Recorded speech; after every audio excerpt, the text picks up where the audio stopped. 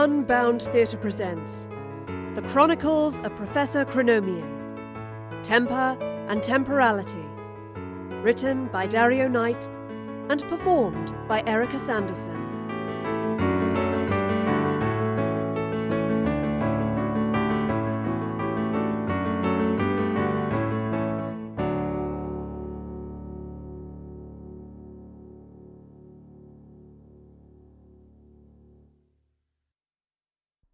Chapter 12. The Editor. Inside Nexus Suite 4, either side of the spectacular hub of golden spheres held in a purple web, stood Professor Chronomier and Editor Reville. No longer confined to his throne, Reville resisted the urge to stretch his cramped arms, it simply wasn't suave enough, and stood firmly, facing the woman he'd seen a dozen times over within the Nexus. A trail of purple energy still lagged from the back of his skull, leading to the web of power above the throne. It was not as strong as before. Indeed, it was becoming fainter with each passing minute. He did not have long. "Nice place you've got here," the professor smiled, hands clasped behind her back. "Not sure about the colour scheme." The patterned walls had begun to glow red, sensing the disrupted connection between Reville and the Nexus. "Forgive me, madam," he drawled in reply. "I had not expected guests." The professor broke his gaze and took a step around the circular chamber. Then another, and a third. She was testing him. Sure enough, masking the movement as some kind of monitoring of the web, he shifted to remain opposite her. "Raleigh, Rivers, Richards, Rutherford," the professor recited. "I'll take a wild guess that your real name begins with an R, Mr. "Reville," he offered after a momentary pause. "Editor Reville." "Editor," the professor mused. "Not a journalist, I trust." "I've an eye for a story." "I've noticed," she replied, a flicker of anger rising from her stomach. "Not your own, though, evidently." He scoffed and indicated the gold orbs hanging in the air between them. "What are these if not my stories? I created them." "It was never your story to tell." "It is now," he said with finality, though the professor was far from finished. "You edit people's lives, then? Stick a great boulder in the stream of time and force the water to flow in whichever direction you carve out for it?" "That's very astute," he offered in mock congratulation. Tired of being the interviewee, he fired back. "I scanned your mind in the Nexus, of course. Once you began to set yourself apart out from the tedious crowd. I could feel your meddling when you broke free of the divergence. You mastered the controls swiftly for someone of an age barely less primitive than Miss Austen's." "It's very difficult to baffle an open mind," the professor retorted and indicated the chair. "That's just a glorified index file with flashing lights. Powerful, I grant you, but not indecipherable." "You and the girl are time travellers." "Evidently," the professor said matter-of-factly. "We're able to cross between these little alternate scenarios you've weaved together. I should imagine only those familiar with the time vortex can do that. Can't have all manner of Janes crisscrossing around to meet one another." "Time travel was an impossibility in your age, and the girls." Reville disliked not knowing his enemy. "As I said, old thing, an open mind isn't easily limited." "A fellow inventor. A rare treat," Reville sneered. "And the girl found you along the way." "It would be truer to say I had found her," the professor corrected. Reville scoffed again. "No, I think it was the other way around. I scanned her inside the Nexus, of course. Young Astrid has quite the history." The professor's veins chilled. "What do you mean?" A satisfied smirk crossed Reville's face. He would leave her in darkness on the matter. So much for an open mind. Sensing more questions about the launch over the horizon of conversation, and always irritated at being on the back foot, Reville continued. "I had thought at first you and she were members of the agency," he offered, taking a step towards the throne and regarding the faltering purple strand linking him to the web of power. To his annoyance, she did not move away, but also took a step towards the throne. What agency? Asked the professor. The agency, Reville stated, indicating the room. Your employers? For now. When this operation is through, I'll be running the place, he muttered. The agency of editors. Meddling in history for what ends? The professor answered her own question, taking away the satisfaction before Reville could claim it. Money, I should think. He said nothing, allowing his silence to speak for him. Of course, said the professor wearily. Mercenaries, are you? Slaughtering the great and good simply because this box of tricks means you can? Anyone can destroy things, Reville said with simmering anger at her words. There are wraiths for that. But changing things, reweaving the tapestry of time so that no one sees the alteration. That's art, Professor. It's repulsive. You have no right, she replied, her own anger rising. She cut herself off and took a breath. And what for? The glory? The writing, he said simply, enjoying the look of confusion it inspired.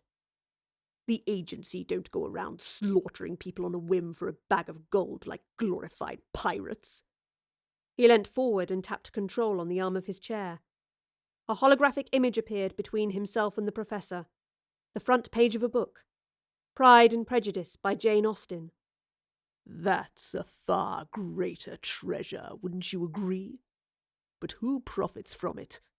Within 100 years of its publication, everyone, and therefore no one. Its value is degraded through lack of ownership. But if we could take possession of it, sole possession, why, we'd make a fortune. The professor glared at him, beginning to understand Reville's scheme. However, we can't simply remove works of fiction, nor the author, from time. Think of the paradoxes. 1,000 beasts from the vortex would swarm in to feed, and then nobody's left to spend the money. But suppose a very clever and capable time traveller went back to 1817 and took a copy of the mind of Jane Austen before she tragically died. These last two words were sneered with affected sadness, making the professor's anger churn. A copy of a mind like a power source, brought centuries into the future to keep those works of fiction all present and correct.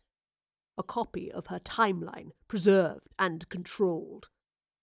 Then suppose that time traveller opened up a window into history and made sure Jane Austen never wrote a word of her precious novels. Lived some boring, unremarkable life full of excruciating letters to her dearest sister, but nothing of literary worth. No more Pride and Prejudice. Except in the future, of course, where we have the manuscripts ready and waiting to be sold as we, and only we, see fit.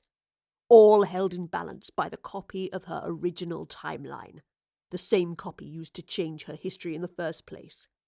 It's clean cut, you must agree. For a moment the professor said nothing. She breathed uneasily, trembling almost. It's still a paradox, she said at last.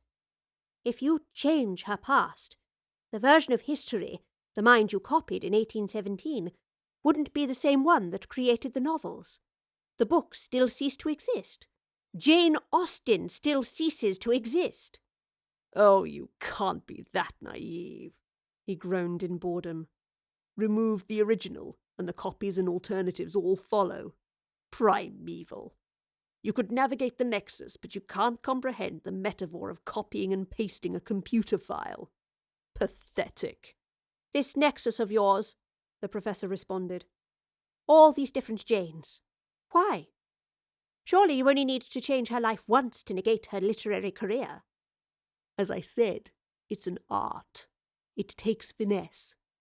Removing a chunk of time and patching it up with different threads so that it can't unravel requires a master artist. Someone who can explore every possibility, edit every chapter of the story until the new narrative takes hold permanently. Changing an unimportant life takes no effort at all. But rewriting Jane Austen, it's a masterstroke. And all the glory will follow, seethed the Professor. Mr. Reville, Editor-in-Chief. Is that the notion? It is indeed, he said with a shudder, and leant heavily on the arm of the throne. The Professor looked up and saw that the purple thread linking him to the nexus had become far weaker. Oh no, you're overstretching yourself, dear heart, she said with renewed vigour. Bet that monologue took it out of you, didn't it? Better sit back down in your fancy chair, or all that hard work will have been for naught. Reville dragged himself before the throne and scowled at her. I should have dealt with you. But he was too weak to finish the sentence. You should, my dear, absolutely, the Professor beamed. But then ego does that to you. Can't resist the opportunity to show off. And now you're out of time. Tamper with the nexus out here, and you'll destroy Jane and the girl. Reville winced, desperately trying to maintain the link. Come after me in there, and I'll cut the girl's throat all the same. Then yours. With that, he sat back down and the purple thread began to thicken. The Professor leant over him as his eyes started to close. I am going back in there, she warned. I am going to find Astrid, and then I'm going to find you. Every fake you trying to claim Jane Austen for your own. I'm going to dismantle this nexus of yours bubble by bubble, and when I have, I'll come back here for the real you. I will undo your meddling in Jane's life, and when I have, I will rip your agency apart one editor at a time. That is my promise to you, Mr. Reville. Sleep well. Without breaking her glare, she held up a glass panel like the ones attached to the arms of the throne. I think you'll find I'm a fast learner when it comes to copying computer files.